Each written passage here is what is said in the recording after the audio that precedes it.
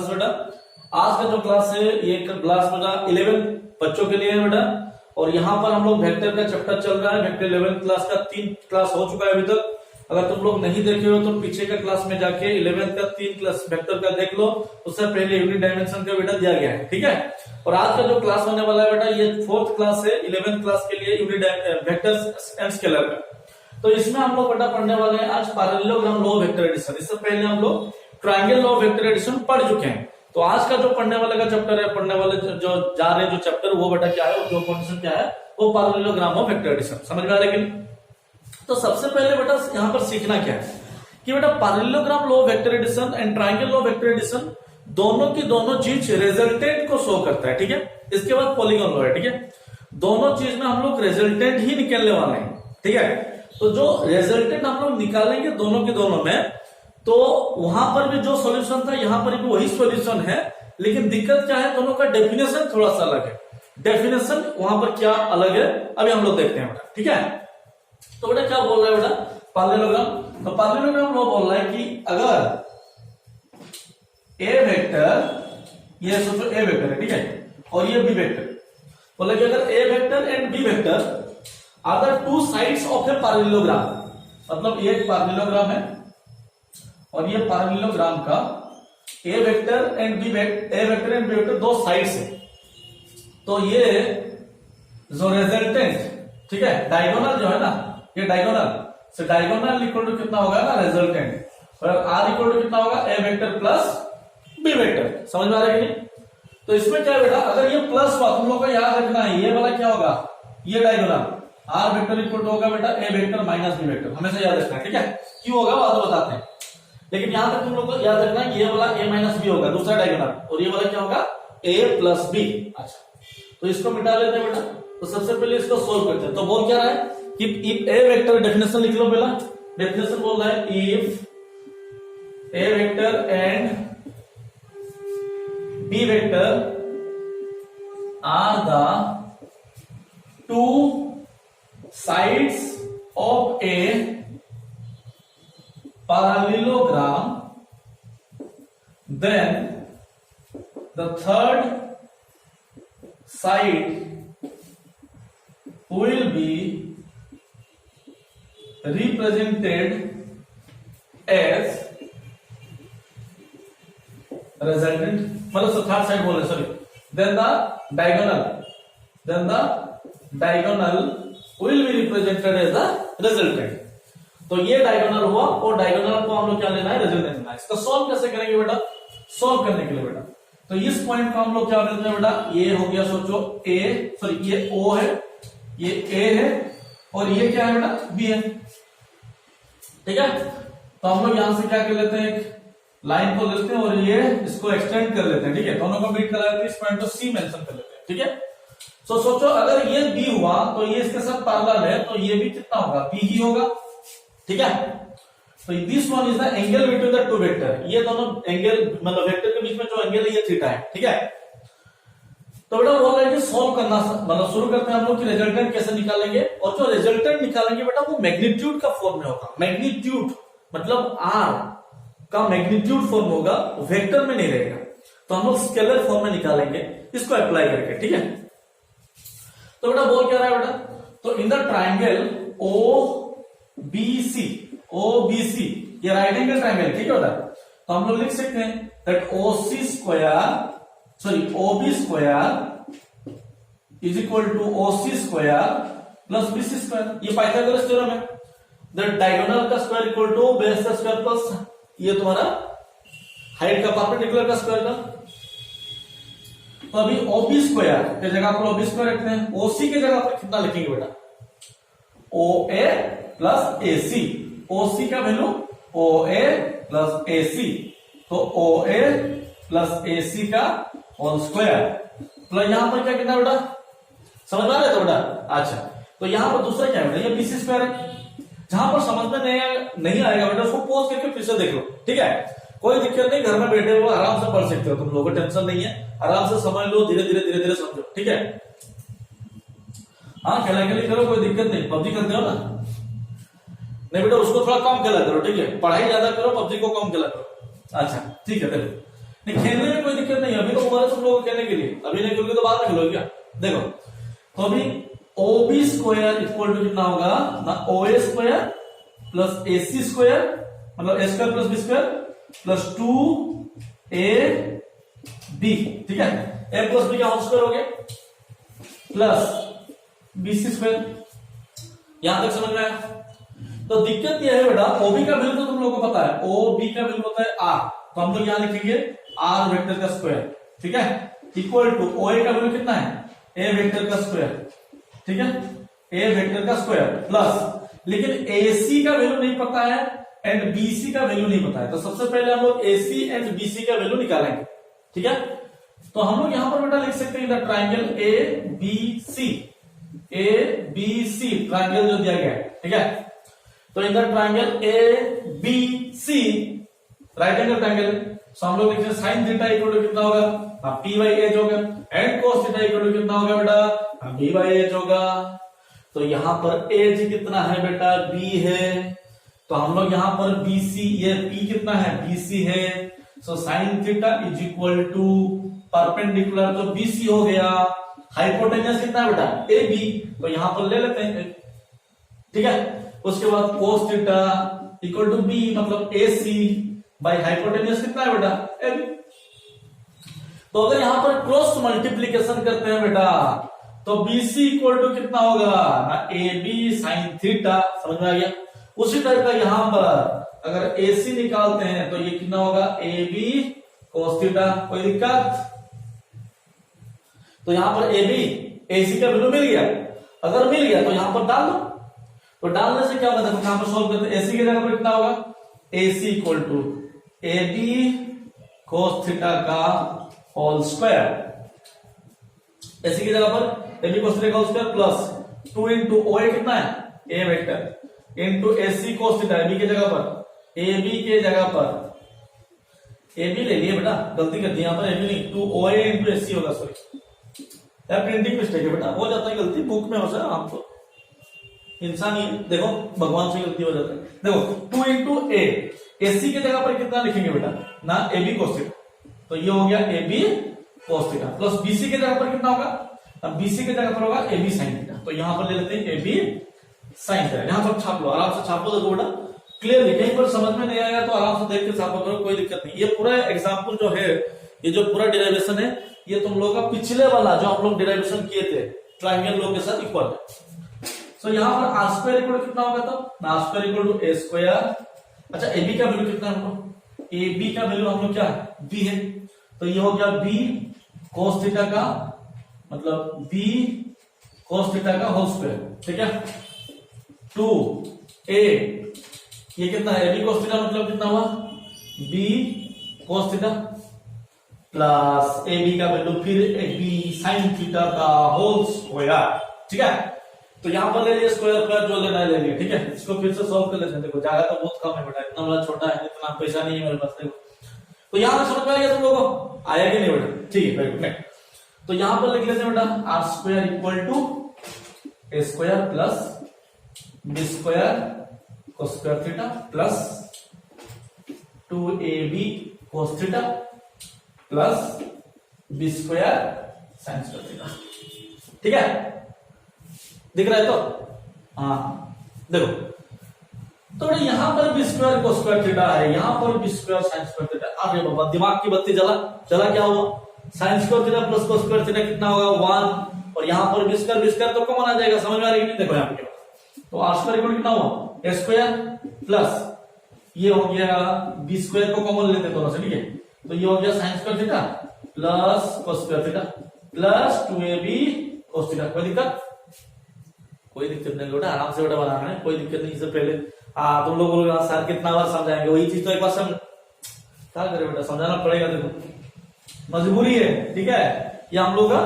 मजबूरी है, बहुत मसीहा है तुम लोग को। देखो यहाँ पर r स्क्वायर कितना हुआ, a square plus b square sin square theta plus cos square theta कितना होता है, 1 होता है, 0 कौन बोला रे, 1 होता है, देखो b square into 1 plus 2ab cos theta.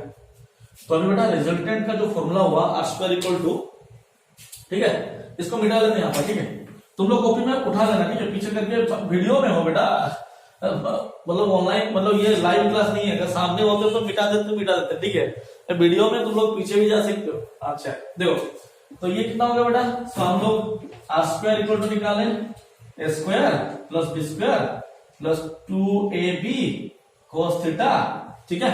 तो आर इक्वल टू कितना होगा ना, A square plus B square plus 2ab cos theta का रूट, ठीक है। तो ये बेटा मतलब फाइनल कंडीशन है, तो इसका निकालना था, रिजल्टेंट हम लोग के लिए निकालना था। यहां तक आराम से छाप लो पहले बेटा,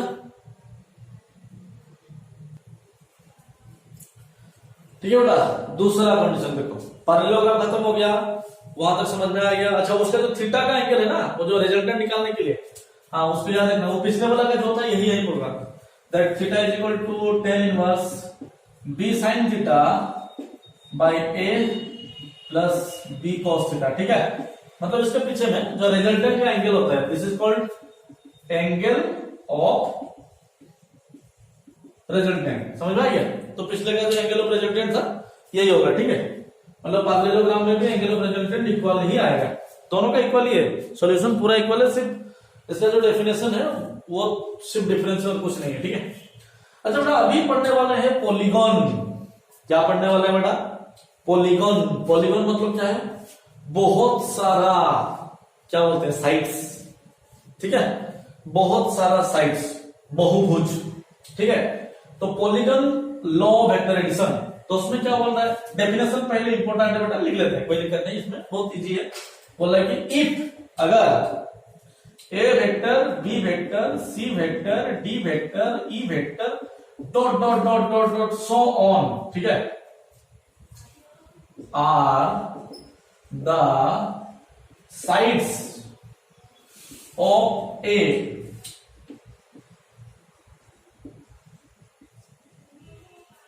साइड्स ऑफ ए पॉलीगन, ठीक है। मतलब A vector B vector C vector D vector E vector, पूरा का पूरा जितना भी वेक्टर है पूरा एक पॉलीगन का साइड्स होता है, ठीक है। Then the resultant is r equal to addition of all the vectors a plus b plus c plus d plus e plus so जितना भी होगा, ठीक है, वो सारे के सारे का ऐड करने के बाद जो निकलेगा वो होता है बेटा रिजल्टेंट। समझ में आया, ये डेफिनेशन है। अच्छा, प्रैक्टिकली समझ में आ जाएगा बेटा, अभी बताते हैं तुम लोगों को। डेफिनेशन पहले छाप लेना है तुम लोगों को, ठीक है। पहले डेफिनेशन छाप लो, उसके बाद सोल्यूशन देखो।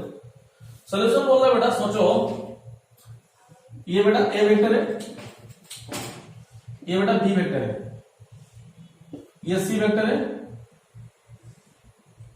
ये डी वेक्टर है, ठीक है, और ये जो है ना ये ई वेक्टर है, ठीक है। मतलब एफ जी एच कुछ भी हो सकता है, ठीक है। हाँ, पूरा कंप्लीट नहीं करना है बेटा, अगर इसको यहां पर लाके कंप्लीट कर दिया ना तो फाइनल रिजल्टेंट 0 हो गया। ये वेक्टर है बेटा, वेक्टर अगर जहां से शुरू होता है अगर आके वहीं पर पहुंच गया ना तो नेट रिजल्टेंट 0 हो जाता है।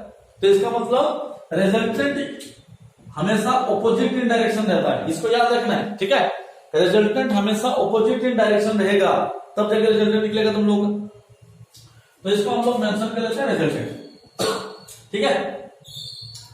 तो बोल रहा है बेटा, नाउ रिजल्टेंट को प्रूव करना हम लोगों को A plus B plus C plus D plus E, ये हम लोग को प्रूव करना है। The resultant vector is the addition of all the vectors, ये है उस ओरिजिनल डेफिनेशन, ठीक है। सॉल्व कैसे करते हैं बेटा, तो सबसे पहले हम लोग क्या करते हैं, ये लाइन को ज्वाइन कर लेते हैं, इसको ज्वाइन करते थे और इसको ज्वाइन कर लेते हैं, ठीक है, इसमें कोई दिक्कत नहीं। तो बेटा हम लोग को पता है parallel triangle of vector addition हम लोग पढ़ चुके हैं।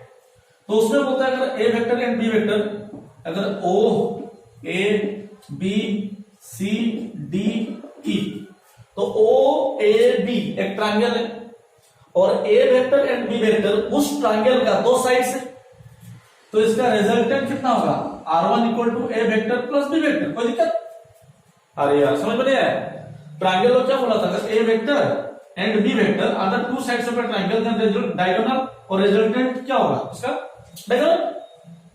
तो उसी तरह तो यहां पर r equal to A plus B होगा ना, A vector plus B vector, magnitude नहीं निकालना है, वेक्टर का फॉर्म में है बेटा, ये वेक्टर फॉर्म में है, तो हम लोग वेक्टर का फॉर्म में ही रखेंगे। मैग्नीट्यूड तो निकालने का फॉर्मूला हम लोग का square plus B square plus 2ab cos theta तो बाद में सीखेंगे बेटा, अगर ज्यादा होगा तो उसको कैसे कंपोनेंट तोड़ा जाता है, ठीक है, कोई दिक्कत नहीं, यहां तक समझ में आ गया। अच्छा तो बेटा दूसरा ओ बी सी, ये भी तो एक ट्राइंगल है, तो यहां पर जो रिजल्टेंट होगा R2 इज इक्वल टू कितना हो जाएगा, this one plus this one. उसी टाइप ये R3 हो गया, this one plus this one, कोई दिक्कत, दिस वन प्लस कुछ भी हो, R3 है ना, तो ए प्लस ए, तो इसको सॉल्व कर लेते हैं, ठीक है। सो यहां पर लिखेंगे अंदर ट्राइंगल बाय ट्राइंगल लो in the triangle OAB, OAB R1 vector equal to A vector plus B vector, ठीक है। Next in the triangle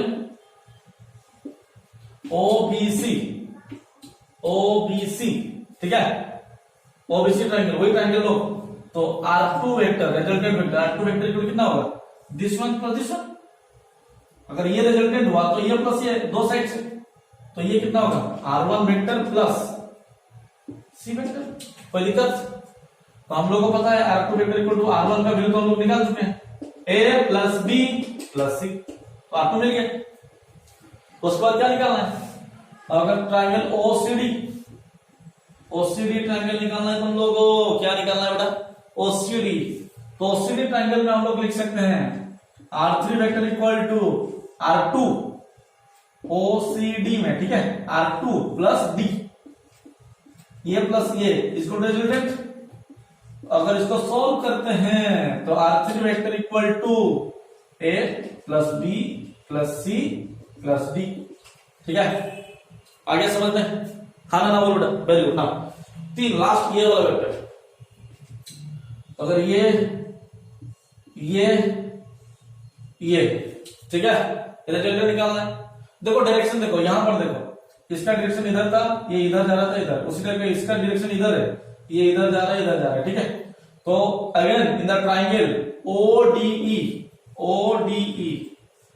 R vector equal to R3 plus E, तो R3 का वैल्यू तो पता है, तो R vector equal to A plus B plus C plus D plus E. Now this is the formula that we have proved from the triangle law vector addition. समझ में आया क्या बोले, पहले ये रिजल्टेंट निकाले, ये प्लस ये, उसके बाद ये रिजल्टेंट ये प्लस ये, उसके बाद ये रिजल्टेंट ये प्लस ये, उसके बाद ये वाला रिजल्टेंट ये प्लस ये। धीरे धीरे समझ में आ जाएगा बेटा, आराम से बनाओ, कोई दिक्कत नहीं, हड़बड़ी नहीं, प्यार से बनाओ, मिल जाएगा तुम लोग को क्या बोल रहे थे आप। तो ठीक है बेटा, यहां तक पढ़ चुके हैं हम लोग पॉलीगॉन लॉ वेक्टर एडिशन। देखो प्रॉब्लम जब बनाएंगे तो क्वेश्चन पे एक के बाद एक क्वेश्चन बनाते जाएंगे बेटा, ठीक है। अभी हम लोग बेसिकली इसका कोर्स कंप्लीट कर लेते हैं, मतलब इसके बाद जो है इसको पढ़ लेते हैं, इसके बाद प्रॉब्लम हम लोग धीरे धीरे बनाते जाएंगे इसके ऊपर, ठीक है। तो नेक्स्ट जो अभी जो पढ़ने वाले हैं बेटा, अभी के टाइम में अभी जो रिसेंट पढ़ेंगे हम लोग, वो है बेटा वेक्टर रिजोल्यूशन। और इसको बेटा बहुत इंपॉर्टेंट है, इसको तुम लोग इंपॉर्टेंट मारो, क्योंकि ये बेटा फर्स्ट ईयर में भी पढ़ना है, सेकेंड ईयर में भी पढ़ना है, और फर्स्ट ईयर सेकेंड ईयर में जितना भी तुम लोग क्वेश्चन बनाओगे, मतलब उसमें बहुत सारे क्वेश्चन में ये वाला कॉन्सेप्ट को हम लोग को अप्लाई करना है, ठीक है।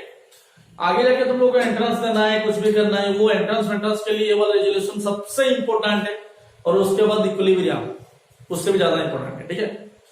तो अगर सही से समझ गए, ठीक है, तो इससे ज्यादा इजी कोई कुछ नहीं है। अगर नहीं समझ में आया तो भाई बहुत दिक्कत है, ठीक है। हमको नहीं लग रहा है कि तुम लोगों को ये समझ में नहीं आएगा, क्योंकि तुम लोग मेहनती बच्चा हो, अच्छे बच्चे तो आराम से समझ जाते हैं, लेकिन थोड़ा सा तुम लोगों को ध्यान से सुनना पड़ेगा क्या बोल रहे हैं, ठीक है। और पढ़ाई करते वक्त मस्ती भी करना चाहिए थोड़ा बहुत, ठीक है। तुम लोग भी मस्ती किया करो, जैसे हम लोग पढ़ाते हैं तो इस टाइम में हंसना भी चाहिए, बीच बीच में हंस लिया करो, ठीक है। अच्छा तो पढ़ लेते हैं, ठीक है। पहले तो हम लोग क्या पढ़ना बेटा, रिजोल्यूशन पढ़ना है, तो हम लोग पढ़ेंगे वेक्टर रिजोल्यूशन, ठीक है, और कंपोनेंट फॉर्मेशन। क्या है, कंपोनेंट फॉर्मेशन, कंपोनेंट को तोड़ना है, ठीक है। अच्छा कंपोनेंट फॉर्मेशन, सोचो कंपोनेंट फॉर्मेशन रिजोल्यूशन कैसे बताते हैं। इसका मतलब क्या है?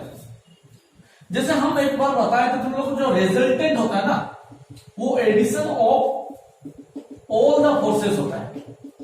मतलब फोर्स एक वेक्टर होता है, तुम लोगों के पास बहुत सारा फोर्स है, ठीक है, और क्या बोले, वो बहुत सारे फोर्स को जब एक बॉडी के ऊपर लगता है ना, सारे के सारा फोर्स एक बॉडी के ऊपर लग रहा है, तो इसका एक रिजल्टेंट निकलता है। कितना रिजल्टेंट? एक रिजल्टेंट निकलता है। सारे के सारा फोर्स लगा लेकिन रिजल्टेंट एक ही होगा। जैसे एग्जांपल, अगर ये ट्रक हुआ और तुम लोग यहां पर फोर्स दे रहे हो, ठीक है, तो 5 जन फोर्स लगा रहे हैं लेकिन मूव एक ही डायरेक्शन में होता है, क्योंकि 5 जन जो फोर्स लगा रहे हैं उसका रिजल्टेंट एक ही होगा।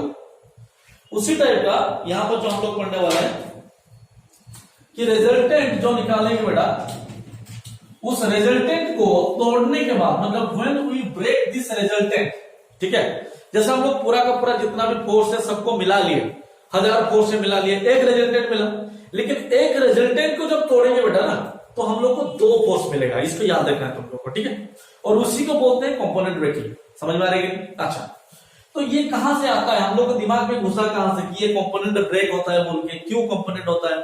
अच्छा, तो उसका मतलब देखो, जब हम लोग बचपन में, जब छोटे थे, हम छोटे थे, तुम लोग के टाइम में तो तुम मोबाइल फोन से और ओरिजिनल हेलीकॉप्टर से भी खेल सकते हो, लेकिन हम लोग के टाइम तो भाई क्या करो, जो मिट्टी का बना हुआ जो खिलौना होता है गाड़ी का, उसमें रस्सी बांध के आगे चलते जाते। हम लोग का टाइम उसे ही था, तुम लोग का टाइम डिफरेंस है। तो ठीक है, कोई दिक्कत नहीं, तुम लोग अपने हिसाब से सही हो, हम लोग अपने हिसाब से सही थे।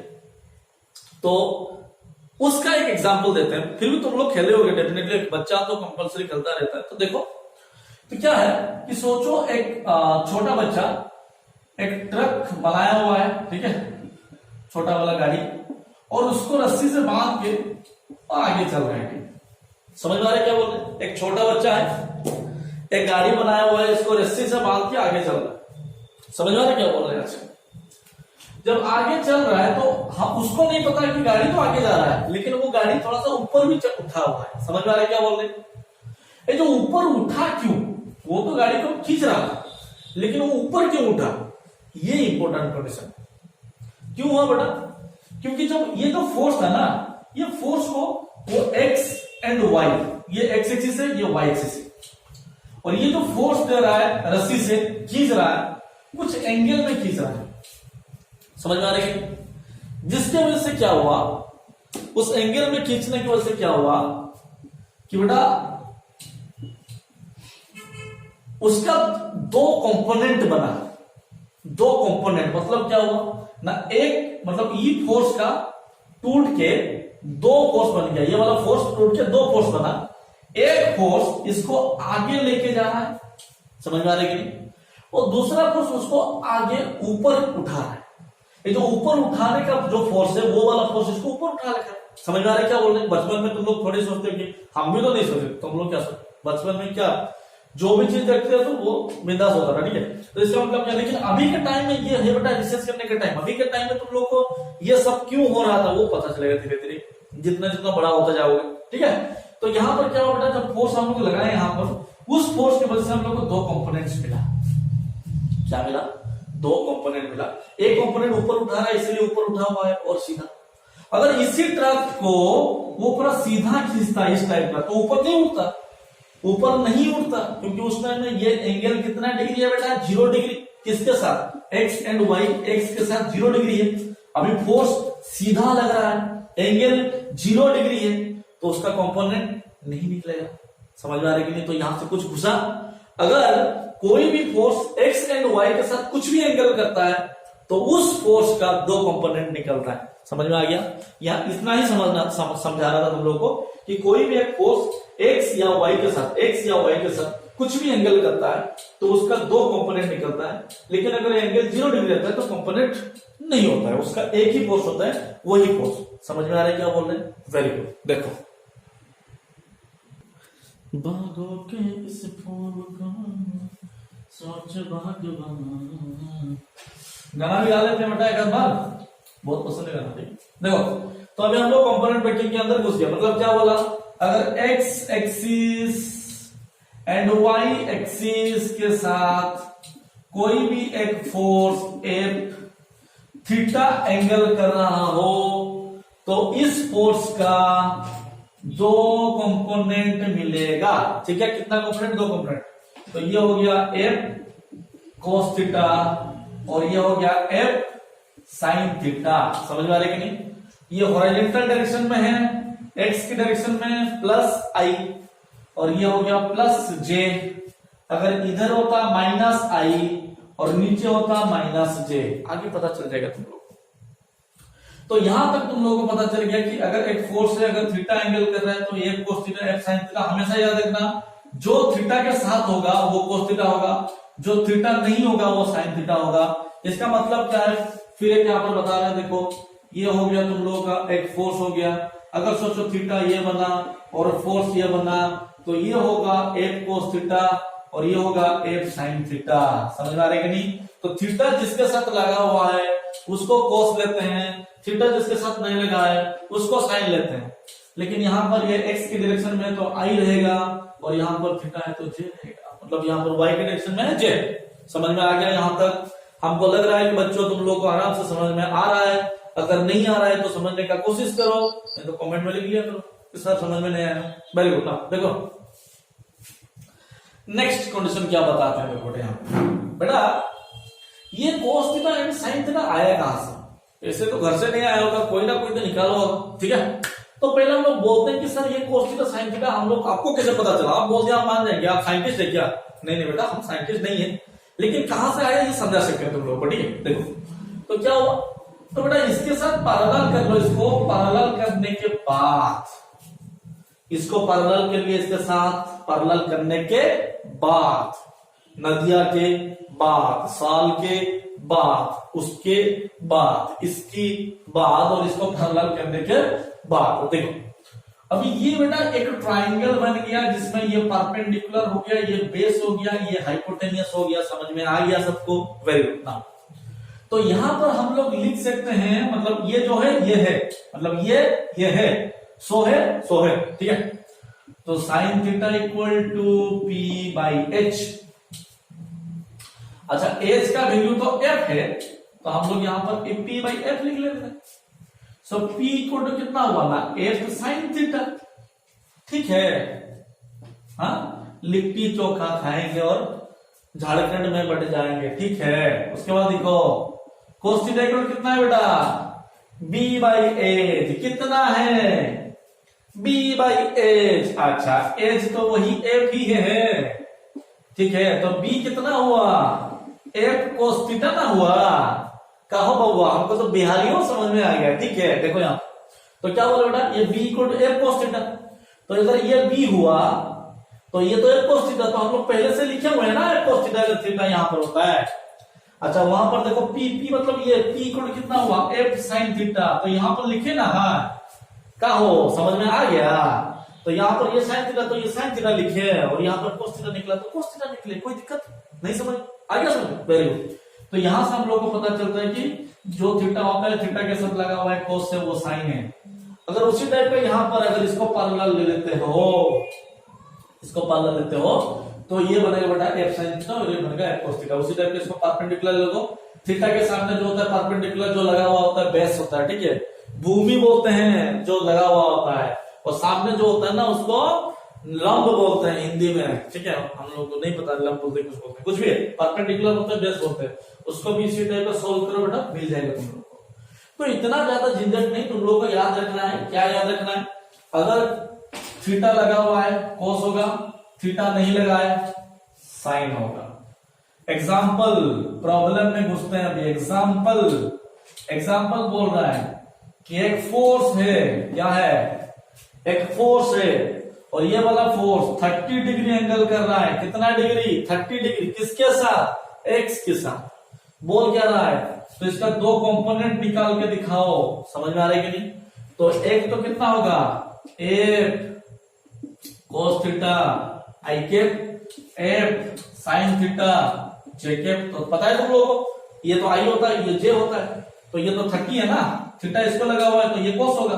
तो एफ कोस 30 आई, एफ की जगह पर कितना है, सोचो कि 20 न्यूटन है, तो 20 cos 30, 20 cos 30 होता है √3/2i, ठीक है।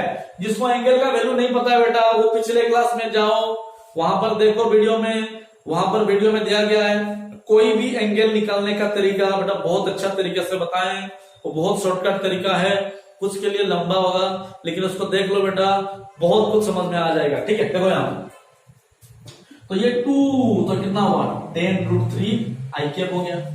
तो इसको देखो बेटा, यहां पर लेते हैं f sin थीटा मतलब 20 into sin 30 j कैप, कोई दिक्कत। तो ये हो गया 20 into sin 30 का वैल्यू होता है 1/2 into j कैप, तो कैंसिल कर लिया तो 10 j कैप, ठीक है। मतलब ये मिला 10 j कैप, ये मिला 10√3i कैप, कोई दिक्कत। ए वेक्टर बी वेक्टर जो निकालना था निकाल लिया, कोई दिक्कत है बेटा, समझ में आ गया। तो इसका रिजल्टेंट देखो, मतलब हम लोग एक को तोड़ने के बाद ये 2 फोर्स मिला हम लोग को, ठीक है। अगर क्वेश्चन पूछेगा बेटा, अगर 2 फोर्स है और रिजल्टेंट निकालना है, अभी तो रिजल्टेंट का फॉर्मूला मिला था that R equal to a square plus b square plus 2ab cos theta का रूट ओवर, ठीक है। मतलब ये वाला सोचो कि a और ये वाला सोचो कि b और ये b, ये दोनों को निकाल के हम लोग को ये वाला फोर्स निकालना है, ठीक है। तो रिजल्टेंट इक्वल टू कितना होगा, a के जगह पर कितना लेना है 10√3 का होल स्क्वायर प्लस b के जगह पर कितना लेना है 10 का whole square plus i square का वैल्यू 1 होता है बेटा, j स्क्वायर का वैल्यू 1 होता है, पिछले क्लास में बताया, ठीक है। उसके बाद 2 a का वैल्यू कितना है 10√3, ठीक है। a का वैल्यू कितना है 10√3, b का वैल्यू कितना है 10 into cos थीटा। ये बेटा थीटा जो है ना, ये a एंड b का बीच का एंगल है, तो a तो इधर है और b इधर है, और a एंड b के बीच में एंगल कितना है, वेरी गुड 90 डिग्री है। तो यहां पर cos 90 लिखना है तुम लोग को, और उसका क्या बनाना है रूट ओवर।